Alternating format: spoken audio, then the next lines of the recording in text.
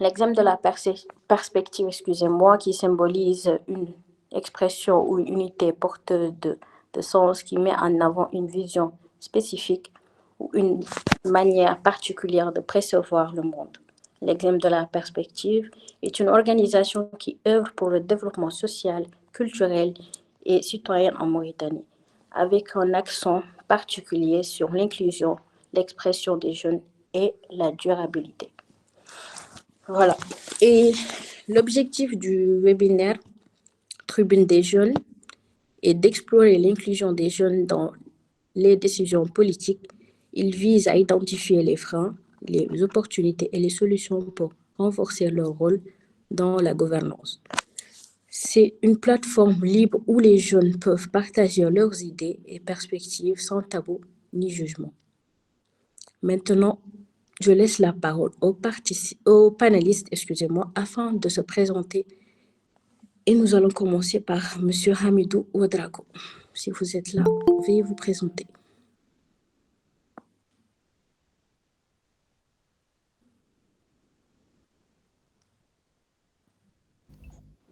Alors, bonsoir.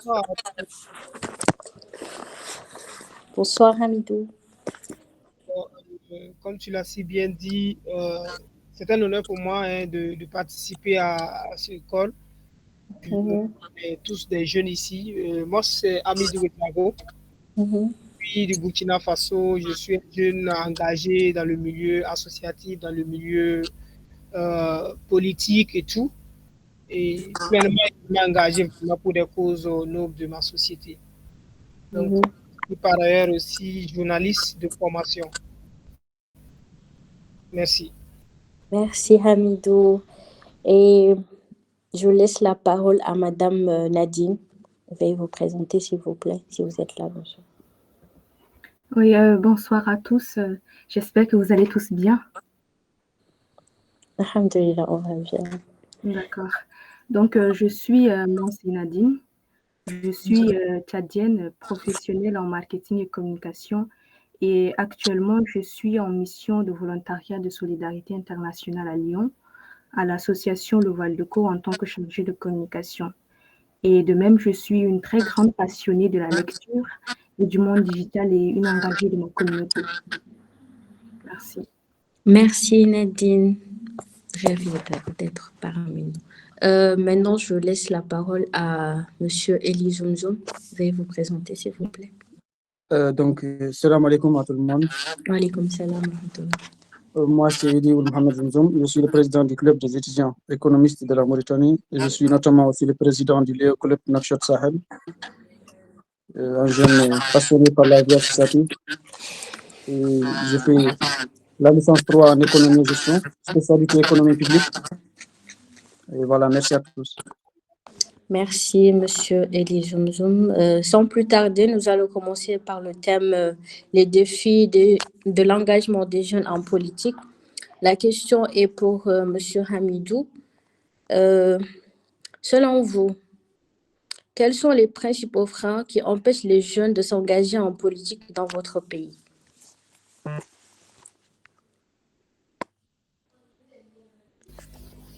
Bonsoir à toutes et à chacun. Merci à Madame Ba pour la question. Bon, je dirais que vous savez tous, le Burkina Faso, parmi tant d'autres pays, traverse vraiment des moments difficiles actuellement.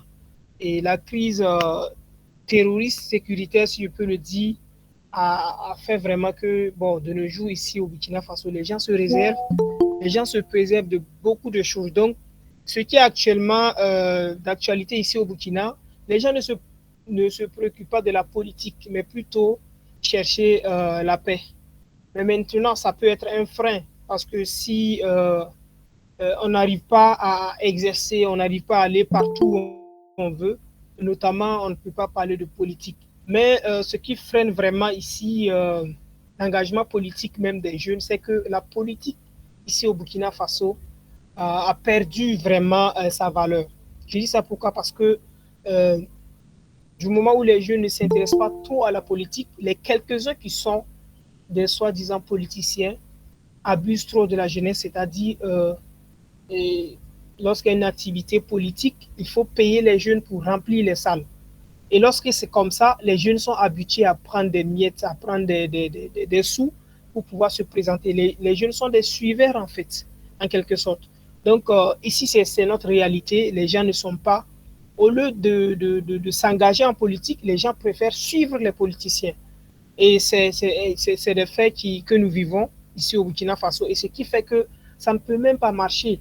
Et je salue vraiment cette tribune et je salue la valeur du choix de ce thème-là parce que ça a un sens et que je pense qu'ensemble, avec les frères et sœurs qui sont là, nous pouvons peut-être discuter à bâton rompu pour trouver des solutions afin de pouvoir aussi retourner dans nos communautés pour sensibiliser les frères et sœurs afin de les amener à s'en approprier de la politique en fait.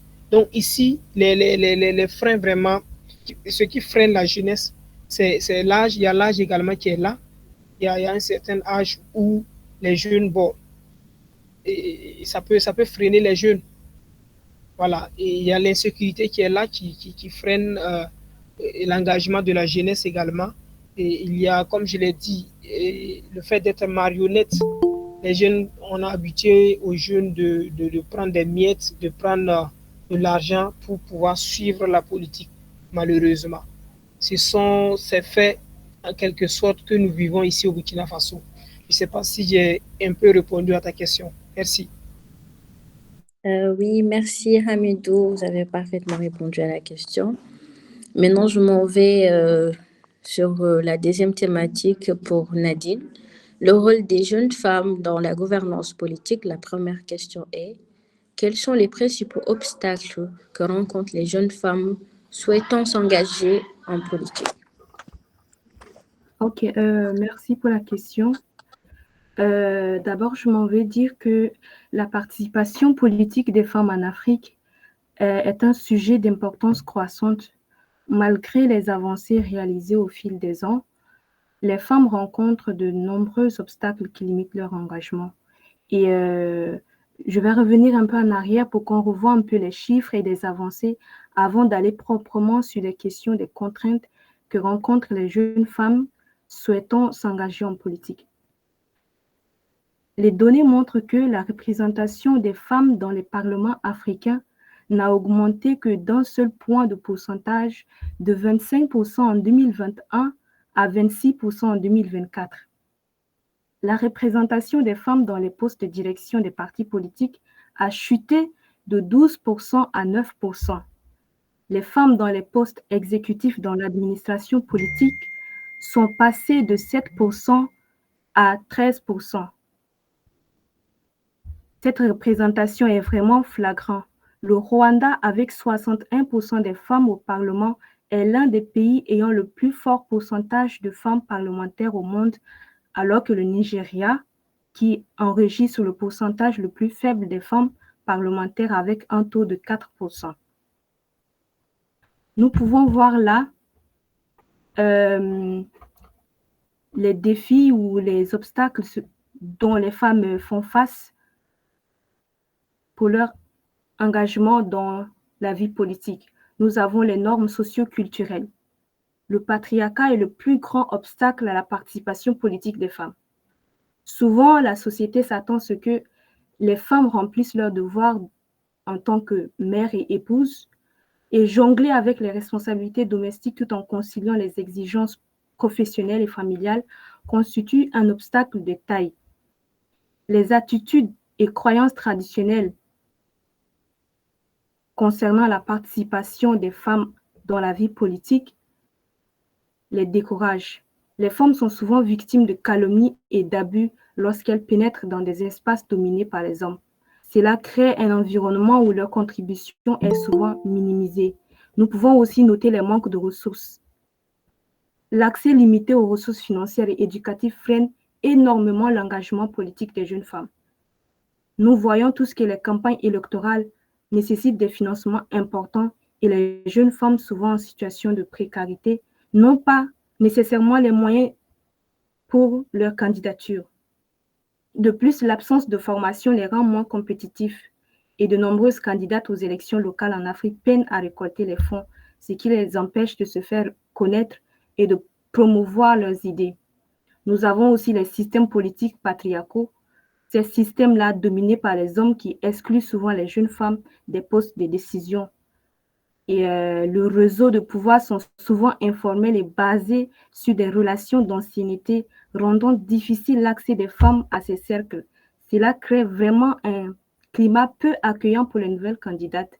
Par exemple, dans plusieurs pays en Afrique, les hommes occupent la majorité des postes de direction dans les partis politiques, ce qui limite les opportunités pour les femmes. Et de nos jours, nous avons les médias qui contribuent, ou y compris les réseaux sociaux qui font souvent partie des problèmes que de la solution. La violence en ligne est un nouveau problème auquel sont confrontées de nombreuses femmes en politique. On peut citer là quelques obstacles auxquels font face les jeunes femmes souhaitant s'engager vraiment en politique.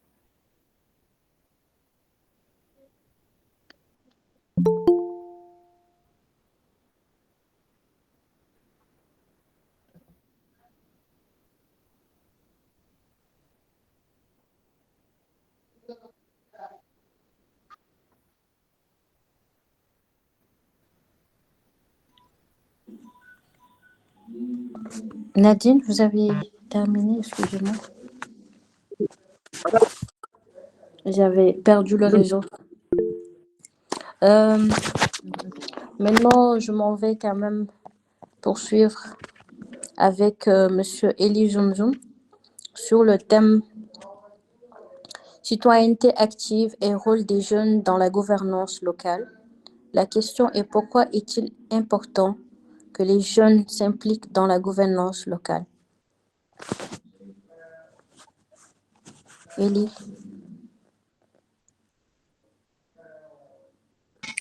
Oui, Vous avez entendu la question ou bien je répète? le rôle de quoi? Le rôle des jeunes? Le thème est citoyenneté active et rôle des jeunes dans la gouvernance locale. La question est pourquoi est-il important que les jeunes s'impliquent dans la gouvernance locale? Ok, merci. Merci pour la question. Donc, comme vous savez, les jeunes jouent un rôle crucial sur la politique, que ce soit politique locale ou autre. Pourquoi c'est important Parce que les jeunes d'aujourd'hui, c'est eux l'avenir du pays, en fait. Ce sont eux l'avenir de nos pays, l'avenir de notre pays se repose ou bien dans nos mains, en fait. Donc, c'est à nous de prendre nos responsabilités, d'intégrer la vie politique pour proposer des idées et des idées innovatrices et surtout des projets innovatrices. Donc, le rôle des jeunes, comme je vous ai dit, ça joue un rôle très important pour le développement du pays.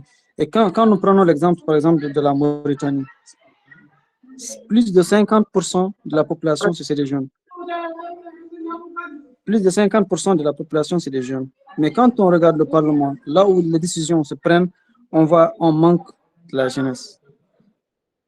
Et donc, c'est ce qui reflète vraiment l'importance des jeunes. Parce que toutes les décisions qu'on prenne, ça ne nous va pas en général. 90% des décisions ou des choses qu'on prenne, ça ne nous arrange pas, nous les jeunes. Ne sont pas dans nos intérêts. C'est parce qu'il y a faible présence des jeunes au niveau du Parlement. Là où on prend les décisions, il n'y a pas assez de jeunes, en fait. Vous comprenez?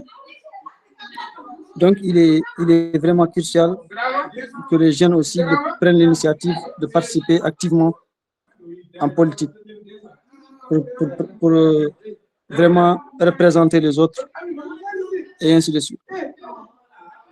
Voilà, pour le moment, je m'arrête là. Au fur et à mesure, on va développer les idées. D'accord, merci Elie. Et je vais prendre quelques interventions. C'est celui qui a levé la main, j'ai pas. Vous pouvez ouvrir le micro pour.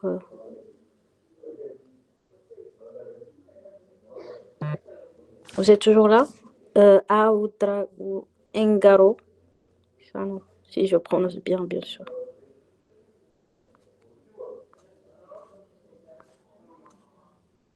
Y a-t-il des interventions, des questions, des suggestions?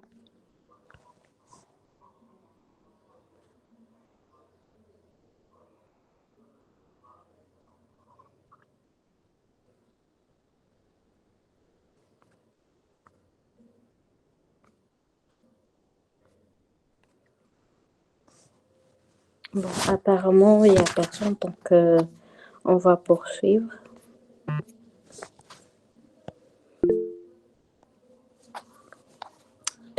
Monsieur Hamidou, c'est toujours sur la même thématique, les défis de l'engagement des jeunes en politique. Quelles sont les stratégies pour être en mise, quelles stratégies pourraient être mises en place pour renforcer les participations actives? Excusez-moi, j'ai pas mis les lunettes. Ok, merci bien, Ba, pour la question.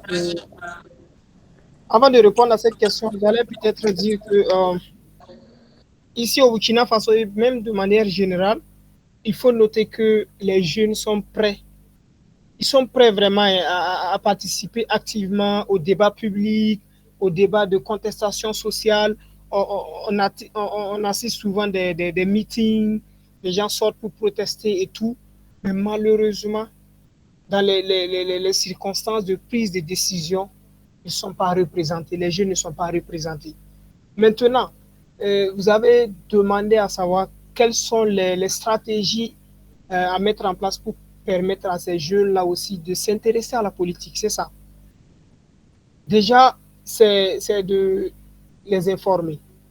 Parce qu'il y a manque d'informations. Et Nandine l'a dit, et il y a manque d'informations. Les jeunes ne sont pas formés à la politique. Beaucoup ne s'intéressent pas à la politique parce qu'ils ne comprennent pas. Et si, de base, dans nos associations, dans nos organisations, si nous pouvons, quand même, en tant que leader d'association et tout, je suppose que tous ceux qui sont ici sont des leaders d'association, les leaders d'établissement et tout. Et si nous prenons vraiment l'engagement d'aller vers ces jeunes-là, de les montrer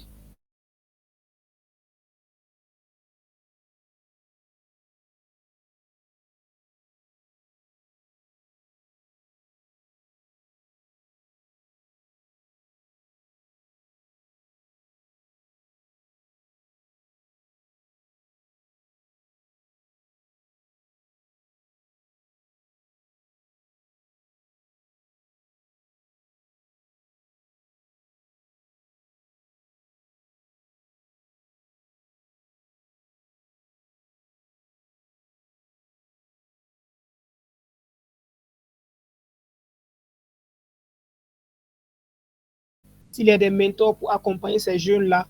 Et ces jeunes, je pense que nous pouvons changer considérablement. Parce que si la politique n'est pas soignée, si de base la politique n'est pas soignée, la gouvernance, ça ne peut pas aller. Parce qu'on va flatter les gens, on va payer des voix. Malheureusement, c'est le cas. C'est pas normal, mais on va payer des voix à l'élection, on va faire ci, on va faire ça. Et c'est ça qui est déplorable en fait. Parce que les gens ne sont pas à l'information.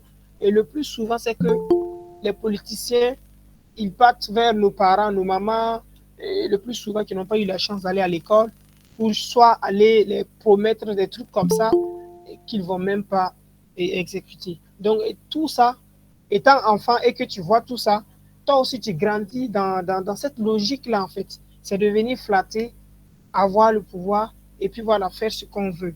C'est des cas en fait. Je parle le plus souvent parce que ici au Burkina, c'est ce qu'on vit. Il y a plusieurs camps. Normalement, les politiciens devraient avoir cet esprit d'équipe, cet esprit vraiment de la nation d'abord. Même si tu as perdu les élections, tu dois soutenir le candidat retenu pour qu'ensemble vous puissiez construire, développer le pays. Mais malheureusement, ici, ce n'est pas le cas. Parce que les gens pensent que ça doit être eux et pas les autres. Et ça, c'est la base. Les gens n'ont pas eu la chance d'avoir vraiment les vrais rudiments en ce qui concerne la politique. C'est vrai que tous ici, on pratique la politique sans le savoir. Mais il y a la politique ou institutionnelle en fait. Et cette politique-là qui conduit aux élections. Et c'est une politique aussi qui a un pouvoir de décision. Et c'est ça que nous voulons que les jeunes puissent adhérer parce que on ne va pas se mentir et s'engager dans les associations, dans les organisations. C'est aussi des politiques que nous prenons là-bas, nous apprenons à prendre ça. Mais s'engager réellement, vraiment en politique pour contribuer à la vie des nations, les jeunes sont réticents parce qu'ils n'ont pas l'information. Et je dirais, tout découle de l'information. Il faut former les jeunes dès le bas âge. Et ceux qui sont déjà grands et que voilà, qui sont ignorants, c'est peut-être aussi de trouver des voies et moyens ensemble ici. Peut-être vous allez, je ne peux pas proposer un truc palpable parce que je le vis ici aussi, c'est de peut-être trouver des pistes de solutions ensemble pour amener ces gens-là à s'intéresser vraiment à la politique. Pourquoi pas ne pas organiser des webinaires comme si, inviter le maximum de jeunes, organiser des plateaux télé, des débats télé, et puis voilà, des radios, débats pour radio, aller dans les écoles et tout, sensibiliser la population.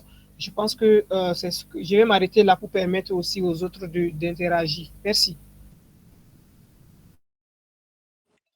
Merci Hamidou pour cette belle intervention. On a compris qu'il faut vraiment former les jeunes et les informer surtout.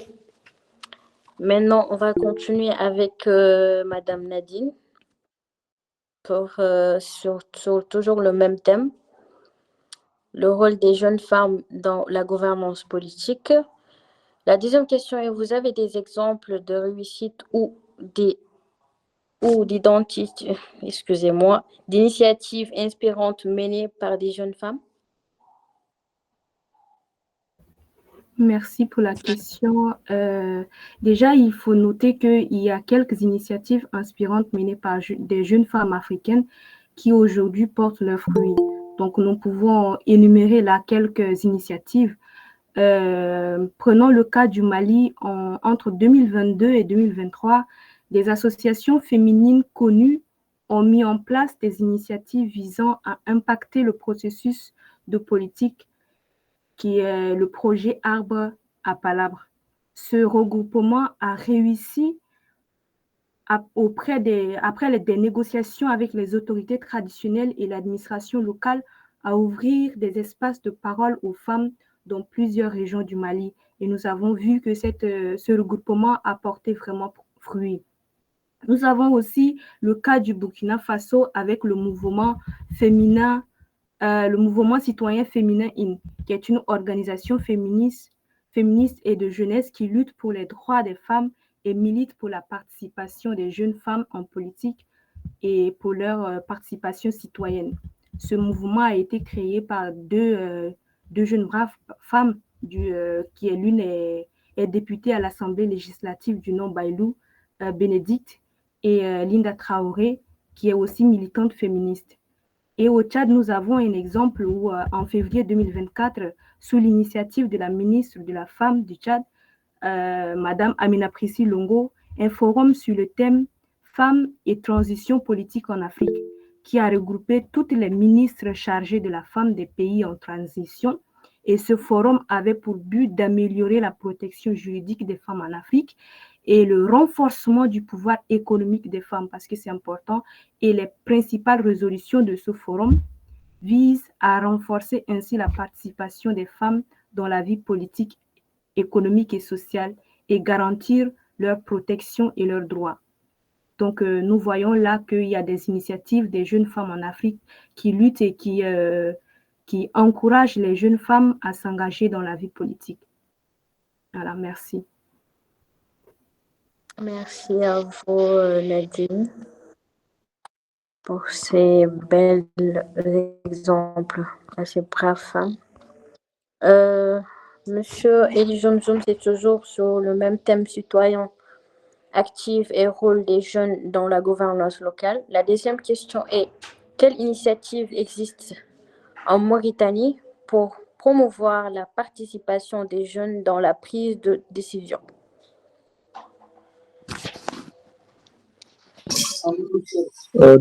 C'est toujours un plaisir. Merci encore une fois. Donc, comme vous savez, en Mauritanie, il n'y a pas beaucoup d'initiatives qui favorisent ça. On est là, les jeunes en général, même comme je vous ai dit, dans le Parlement, un peu partout. Donc, les jeunes ils ne s'impliquent pas activement. Certains voient autrement le politique, comme voilà, là où il ne faut pas entrer, il faut se méfier et tout. Il y a certains jeunes qui ont cette idée.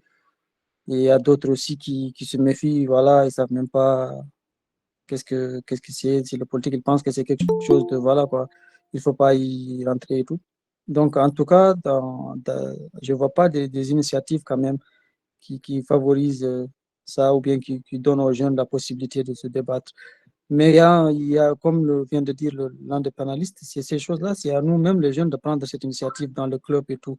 Pourquoi pas d'organiser des tables rondes, des webinaires comme ça. Pourquoi attendre le gouvernement faire ça à notre place? Je vois au Sénégal qu'ils commencent déjà à faire le parlement des jeunes, là où ils discutent, ils donnent des idées pour les autorités, mais en Mauritanie, quand même, à ce que je sache, je n'ai pas vu ça. Peut-être que ça existe, je ne dis pas que ça n'existe pas, mais je ne l'ai pas vu. Mais comme le jeune qui est là, le conférencier, le pénaliste plutôt, ce qu'il a dit, c'est très important.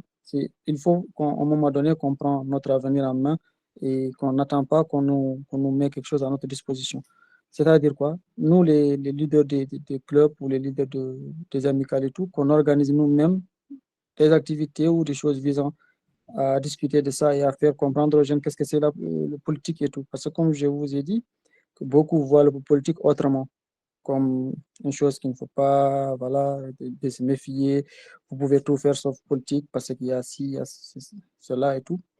Donc c'est à nous de porter ça, les jeunes engagés, de sensibiliser les jeunes pour qu'ils intègrent, parce qu'on on peut pas arriver à ce qu'on veut, on peut pas développer un pays si politiquement c'est pas bon.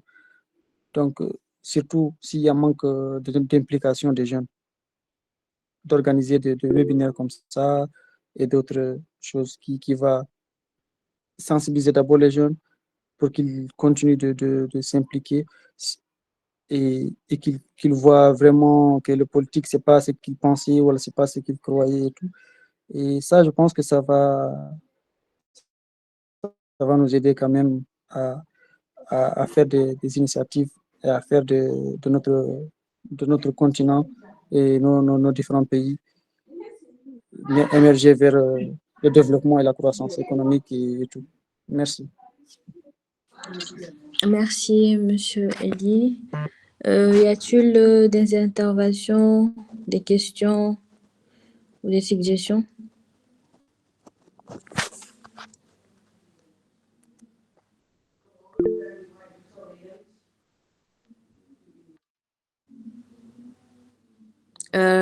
Kanté Abdoulaye, allez-y, vous pouvez ouvrir le micro.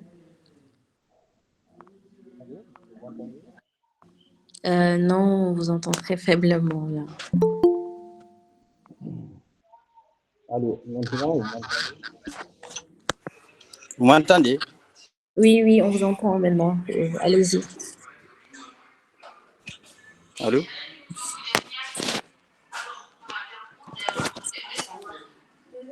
Allô?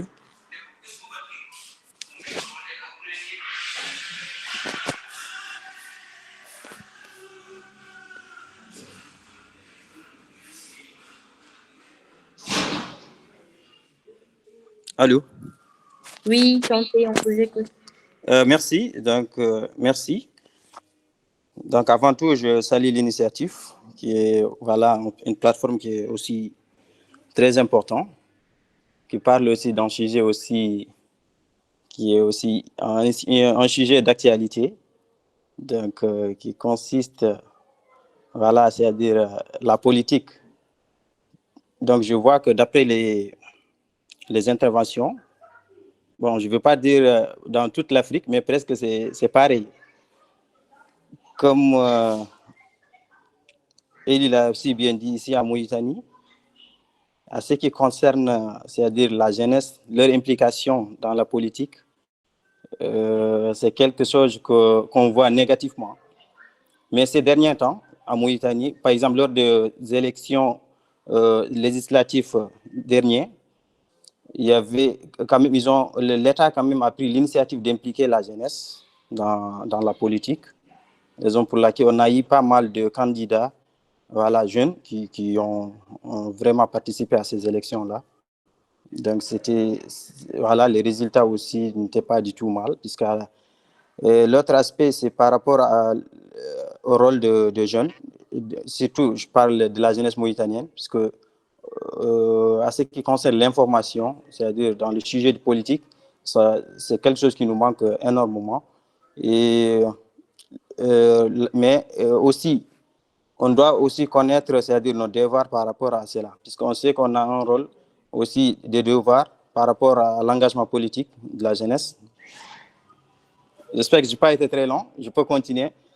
Donc, voilà, mais par exemple, le rôle de la jeunesse, c'est aussi une question fondamentale qui est à travers plusieurs dimensions. Par exemple, on peut dire aussi, comme la jeunesse, d'une manière générale, que ce soit ici en Mauritanie ou ailleurs, donc c'est le catalyseur du changement. Donc, nous, notre gouvernement, c'est-à-dire ils ont compris ça tardivement. Bon, il y a maintenant, comme je viens de voir dans le commentaire, il y a un qui a dit, comment on appelle, le Centre national de la jeunesse, je ne sais pas, au Conseil de la jeunesse. Ça aussi, c'est l'État qui a mis en place. C'est aussi, bon, je peux dire, un mouvement, si je peux l'appeler comme ça, qui consiste, c'est-à-dire à regrouper les jeunes, des jeunes de la Mauritanie, c'est-à-dire pour promouvoir leur implication dans la prise de décision. Et puis voilà. Mais en réalité, ce qui nous manque ici en Mauritanie, il y a l'un des panélistes qui a parlé, c'est l'information ou bien, c'est-à-dire le savoir, ou bien on peut dire les compétences dans le domaine politique. Puisque ça demande beaucoup d'aspects, ça demande énormément de... Donc, ici, même par exemple, nos filières, c'est très rare de voir c'est-à-dire des filières qui parlent, c'est-à-dire la science politique et tout, mais parfois, par contre, ailleurs, on voit cela, mais ce n'est pas vraiment impliqué ici en Mauritanie. Mais quand même, d'après mes remarques, la jeunesse mauritanienne commence quand même à s'intéresser. Même si pas, on voit pas, c'est-à-dire une partie de la jeunesse commence à s'intéresser à la politique depuis qu'ils ont vu que l'État comment on appelle, a ouvert cette opportunité d'impliquer, c'est-à-dire les jeunes dans la politique. Donc voilà ce que j'avais à dire. Bon, je pense que et donc l'un des panélistes aussi a dit, c'est-à-dire on devrait promouvoir, oui c'est Eli, on devrait aussi promouvoir à travers nos différentes associations qu'on a, c'est-à-dire à travers les organisations de jeunes qui sont là. Il y a pas mal d'organisations. À travers ça, on doit aussi sensibiliser, on doit aussi promouvoir, c'est-à-dire montrer vraiment que la politique, c'est pas quelque chose voilà, qu'on considère comme négatif, quoi. Donc, c'est aussi une filière comme les autres, c'est aussi un métier, bien sûr, comme les autres, puisque sans la jeunesse, sans l'implication de la jeunesse, le pays elle-même ne peut pas être développé, quelles que soient, c'est-à-dire ses ressources. Voilà, je vous remercie, j'ai été très long.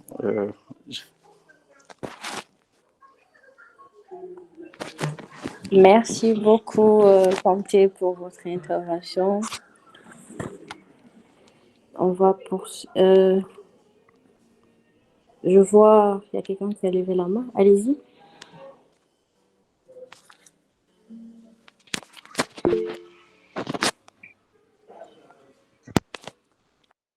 D'accord. Bonsoir tout le monde, j'espère que vous m'entendez. Oui. Je vous salue, je suis Mohamed Jai, membre de l'examen de la perspective. Je félicite d'abord mon équipe de cette webinaire. Et c'est vraiment intéressant le débat. Bon, je vais me focaliser un peu pourquoi cette jeunesse ne s'intéresse pas trop sur la politique, parce qu'aujourd'hui, je peux l'appeler que c'est une phobie de la politique. Cette jeunesse a une phobie de la politique parce que ils ne se trouvent pas intéressés, ils sont tellement désintéressés de la politique, tout ce qui est débat politique, ils ne participent pas là-dedans. Et j'aimerais bien aussi me focaliser sur la formation de cette jeunesse-là, parce qu'aujourd'hui, pour être prise dans certaines positions politiques, il va falloir être instruite. Et cette jeunesse-là, elle n'est pas instruite. Malheureusement, il va falloir des formations et des études, comme l'a si bien dit mon camarade, comme par exemple la science politique. Il faut apprendre, il faut bien apprendre, il faut beaucoup apprendre. pour être politicien aussi. Et cette perspective de la politique, elle est bien, elle date de très loin. Par exemple, aujourd'hui, quand on parle de politicien, tout le monde a peur, je veux bien dire, parce qu'on sent que la politique, c'est quelque chose qui n'est pas honnête. Euh, Contrairement, la politique, c'est la vie. On ne peut pas avancer sans la politique parce que tout ce qui se passe dans notre pays, ça nous concerne. Et malheureusement, à cause de la mauvaise gouvernance des pays africains, euh, on ne prend même pas conscience des enjeux qui se passent actuellement. Et parce que toutes les décisions politiques nous concernent, étant donné que ce sont les acteurs. La jeunesse est, comment dirais-je, est un acteur clé dans les politiques, mais ils ne le savent pas. Ils sont souvent utilisés comme des outils pour arriver à leur fin quand il y a manifestation ou quand il y a vote. Pendant les scrutins, ce sont les jeunes qui organisent tout, qui font les boucans et tout ça, mais après, c'est fin, c'est fini. Quand on veut nommer des postes, bon, on ne parle pas avec la jeunesse. On est juste entre des groupes de vieillards, comme ce qui se passe actuellement en Cameroun. Bon, je respecte vraiment ce pays, mais je trouve que il va falloir que cette jeunesse-là prenne conscience de ce qui se passe parce que ça fait mal quand même de voir que un président de 92 ans et bon, je vais pas rentrer dans ces détails, mais c'est la même chose dans notre pays, la Mauritanie. C'est toujours un problème de voir une bande toujours dominer le pays et gouverner sans sans qu'on y peut rien du tout.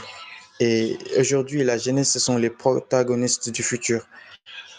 Donc l'importance, ils doivent apprendre aussi bien la politique et la législation, parce qu'il faut connaître ces droits, il faut connaître la loi, il faut connaître la législation, et c'est important. Donc, je ne vais pas monopoliser la parole, et merci pour ce webinaire. Merci Mohamed pour l'intervention, merci pour cet appel à être des politiciens. Donc s'il vous plaît, soyez des politiciens. C'est ça que Mohamed a dit. Sans plus tarder, on va poursuivre parce qu'on n'a qu'une heure. Monsieur Hamidou, toujours sur le thème les défis de l'engagement des jeunes en politique, la troisième question est: comment les nouvelles technologies et les réseaux sociaux peuvent-ils influencer cet engagement? Voilà.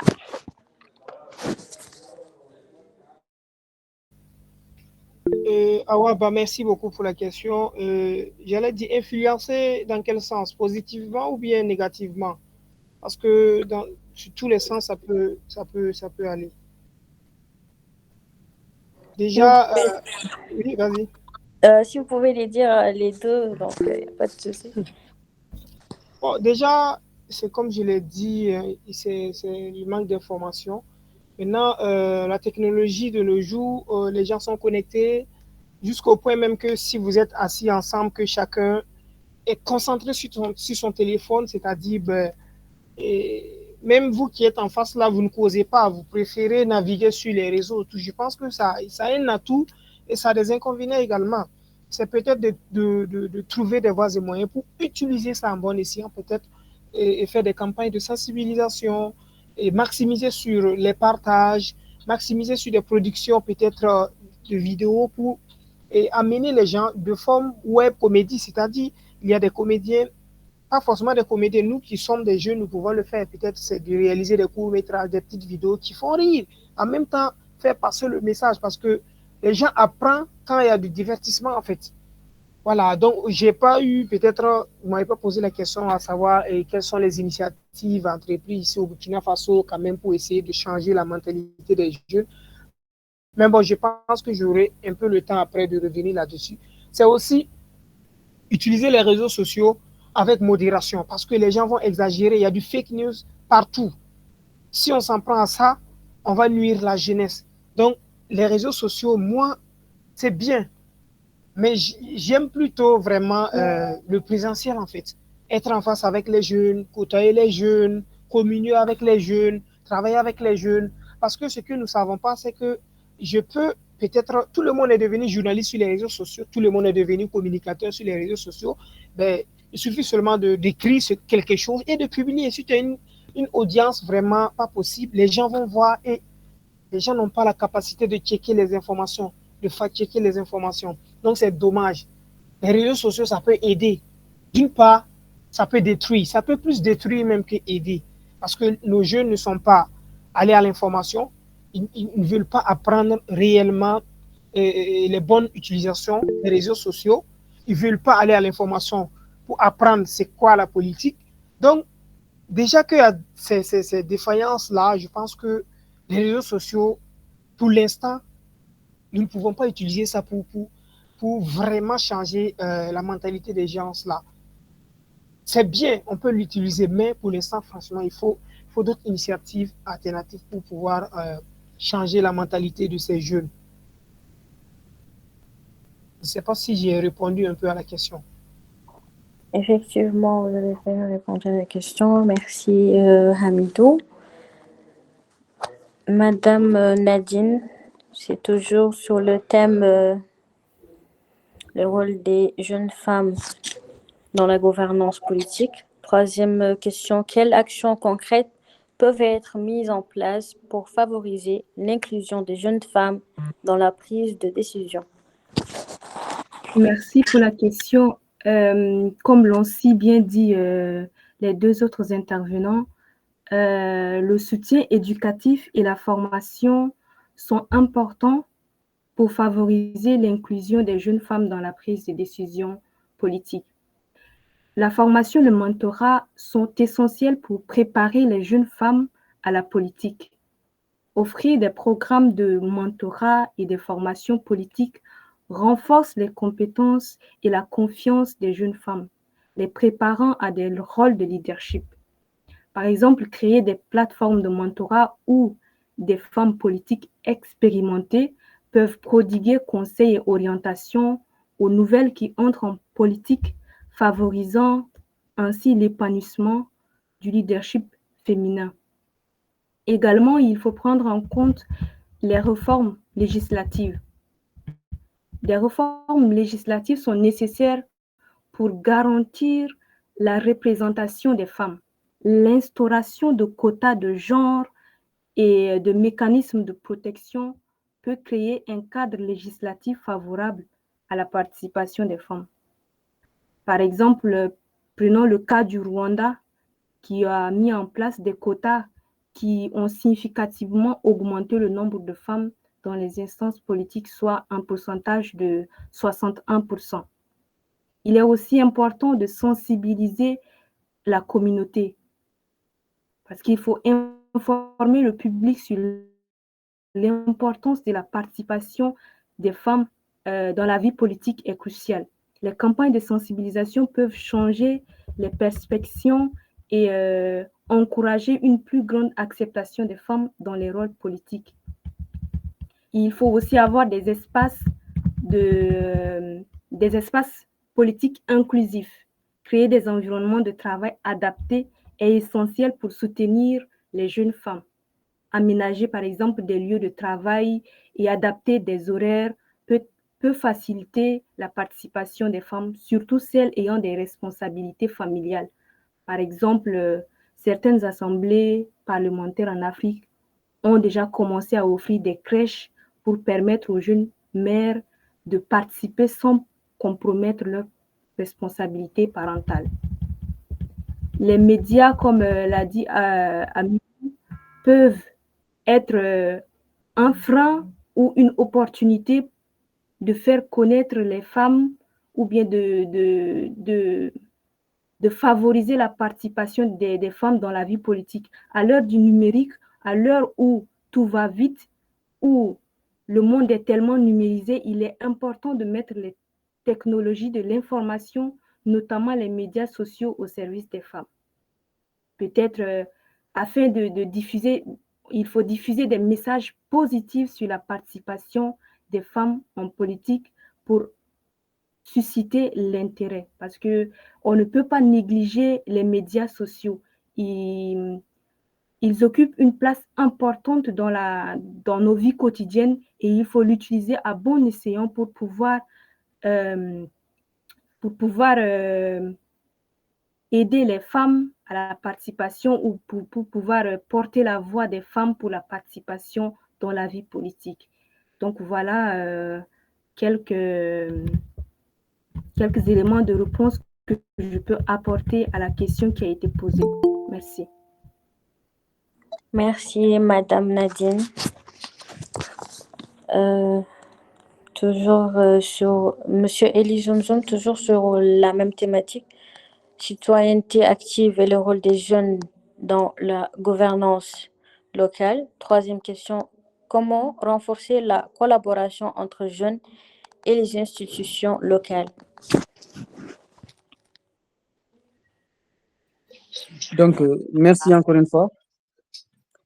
C'est toujours un plaisir aussi de discuter avec vous. Donc, comment renforcer ces liens? Bon, comme vous savez, ici, c'est un peu difficile. Hein. C'est que nous, là, on est en tant que jeunes pour vraiment, pour que les institutions et tout, pour qu'ils s'intéressent à ce qu'on fait, c'est un problème, mais ça reste toujours un, un objectif que nous, et un combat que nous combattons depuis pour que les institutions remarquent ce qu'on fait. Mais ça aussi, ça dépend des engagements des jeunes. Parce que si les institutions voient qu'il n'y a pas une jeunesse engagée, il ne voient pas des jeunes qui prennent des initiatives, il n'y a pas de projet, les jeunes ne soumettent pas de projet, les jeunes voilà, donc il y aura moins de collaboration. Mais c'est à nous. Moi, je mets toujours l'accent sur la jeunesse, c'est à nous de se réveiller. Comme vous savez, ici en Mauritanie, la jeunesse, en quelque sorte, bon, je ne vais pas mettre la faute sur la jeunesse, mais c'est à nous aussi de prendre c'est à nous de prendre notre responsabilité d'avancer. Donc, c'est à nous de proposer, c'est à nous de faire attirer l'attention d'abord de ces institutions et à mon avis, il y aura des collaborations. Parce qu'il faut que nous, jeunes, qu'on soumette des projets, qu'on montre à ces gens-là que nous, on est là, on est prêts, qu'ils nous aident pour faire des collaborations, tant mieux, c'est ce qu'on cherche. Qu'ils ne nous aident pas, qu'ils continuent de s'écarter, nous, on va avancer. Et ça, eux, ils vont revenir aux jeunes pour les aider. Donc ici, moi j'appuie beaucoup sur l'engagement des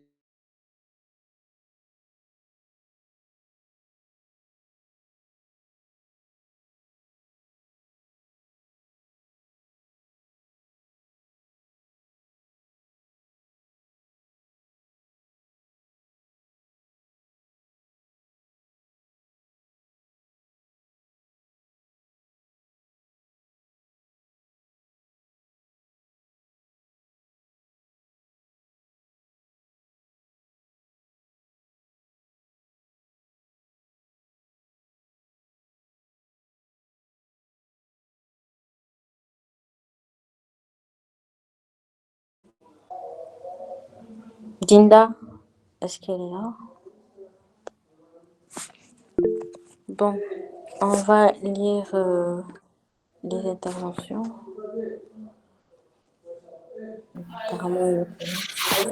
Oui, bonsoir tout le monde. Voilà, bonsoir. Salut Hawa. En fait, j'aimerais revenir sur ta question. Comment les réseaux sociaux et les médias influencent-ils la mobilisation politique des jeunes? En fait, je vais prendre le cas en Mauritanie. Les réseaux sociaux et les médias, je pense qu'ils jouent un rôle central dans la mobilisation politique des jeunes ici en Mauritanie. Ils offrent une plateforme où les jeunes peuvent s'exprimer librement, partager des idées et dénoncer les injustices. Toutefois, leurs influences présentent à la fois des opportunités et des limites. On peut dire une nouvelle voie pour la jeunesse, un outil de sensibilisation et d'information, la mobilisation et l'organisation des mouvements citoyens. En fait, pour conclure, les réseaux sociaux et les médias ont permis aux jeunes Mauritaniens d'avoir une plus grande visibilité et un moyen d'exprimer leurs préoccupations. Cependant, pour que cette mobilisation soit plus efficace, elle doit être accompagnée, à mon avis, elle doit être accompagnée d'actions concrètes comme l'implication dans des associations, des partis politiques ou des initiatives citoyennes. L'enjeu est donc de passer du débat en ligne à un engagement réel pour que la voix des jeunes soit véritablement entendue dans les décisions politiques. C'était mon point de vue en fait. Merci. Merci, Bodinda. Y a-t-il quelqu'un qui veut intervenir, poser une question ou une suggestion?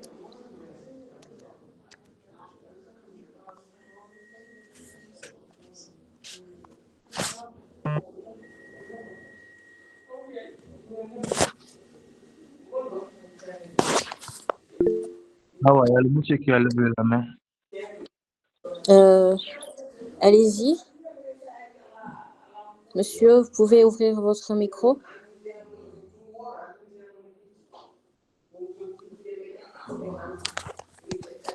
Oui, bonsoir. Bonsoir.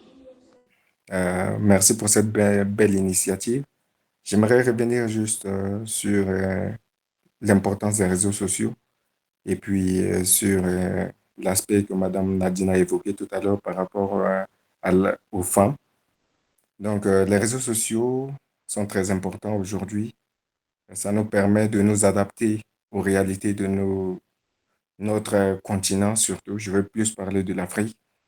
Ça nous permet de nous rapprocher parce que il est très difficile de parcourir tout ce grand continent et de propager l'éveil, le panafricanisme, je peux dire.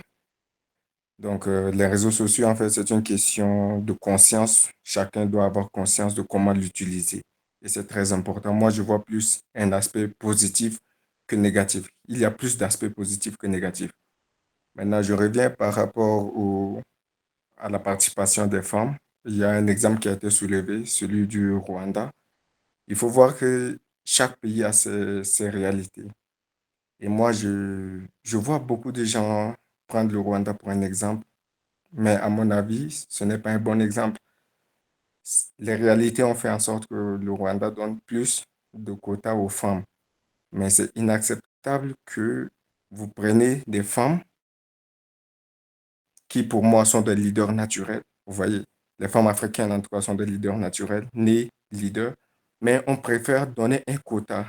Et ces quotas sont donnés par lesquels? Ces quotas sont donnés par les hommes. Ce n'est pas du tout acceptable. C'est le même cas au Tchad.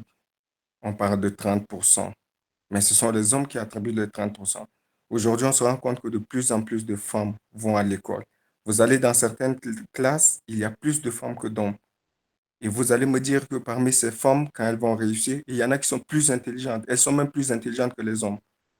Vous allez me dire que ces femmes, quand elles veulent devenir députées, par exemple, ou sénatrices, etc., on les bloque pour dire non, nous on veut un quota de 30%. C'est le cas du Tchad. On dit on veut un quota de 30%. On les bloque. Ça, ce n'est pas du tout normal. Ce n'est pas du tout normal. C'est maintenant aux femmes de se battre, de lever ce blocus, hein, dire qu'on n'a plus besoin qu'on nous impose un quota. Nous sommes, peu importe notre nombre, on va candidater, on part, on propose notre programme aux gens et on sera voté sur la base de notre programme. Il n'est pas question qu'il y ait une barrière. Pourquoi on n'impose pas aux hommes? On ne dit pas qu'on veut 10% d'hommes ou 20% ou 30%. Les hommes, bon, on n'a pas de problème. Mais pour les femmes, il faut toujours un blocus. Ce n'est pas normal. Il appartient aux femmes de se battre et ceux qui sont solidaires envers les femmes vont les soutenir. Pour chuter, j'aimerais revenir sur la jeunesse. Vous savez, nous n'avons pas des leaders qui préparent leur relève. Vous prenez le cas du Sénégal, l'Afrique de l'Ouest, c'est très récent avec la révolution de Sankara et tout ça. C'est plus récent. En Afrique centrale, précisément dans la zone CEMAC, vous voyez, on a connu une révolution très tôt avec les gens qui se sont révoltés contre la colonisation. Du coup, il y a eu des répressions violentes et les gens ont effacé une partie de notre histoire, de sorte que les jeunes n'ont pas conscience de cette histoire. Et en Afrique centrale, dans la zone CEMAC exactement, les répressions sont tellement violentes que les jeunes ont peur de s'engager. Et il faut une relève, il faut une formation. Quand je parle du Tchad, je prends l'exemple du Tchad, mon pays. Vous voyez, du premier président jusqu'à aujourd'hui, on n'a pas de relève. Et personne ne peut se positionner pour dire je suis pro-tel, parce qu'il n'y a pas de relève, il n'y a pas de formation. Vous prenez un exemple du Sénégal. Le Sénégal aujourd'hui, tel peut se réclamer de Wade, tel peut se réclamer de, je sais pas, d'Abdou Diouf, etc., etc. Donc, il y a eu une formation, une relève assurée. Dans d'autres pays comme la Mauritanie, je crois que c'est pareil comme au Tchad, hein, parce qu'il n'y a pas de pro ou de taïa, parce qu'ils n'ont pas ils n'ont pas eu de relève de formation. Donc, les jeunes doivent se former et puis aussi faire former les autres. Un exemple simple dans nos religions, vous prenez l'islam, le prophète a eu le temps de choisir ses compagnons, de les former pour continuer la mission. Dans le christianisme, le Christ, Jésus a fait la même chose. Il a choisi ses compagnons, il les a formés, ils ont poursuivi la mission. Il appartient à chacun de se former et de former la relève. En Côte d'Ivoire, quand on parle de Laurent Gbagbo, on voit tout de suite Charles Blé Goudé comme exemple. Et Charles Blé Goudé n'arrête pas de dire que Gbagbo est son mentor. Donc, il est temps pour nos leaders de préparer la relève et il est temps pour nous, les jeunes, de suivre nos mentors et d'adapter aussi les choses aux réalités parce que les réalités changent. Voilà un peu ma contribution. Merci bien à tous.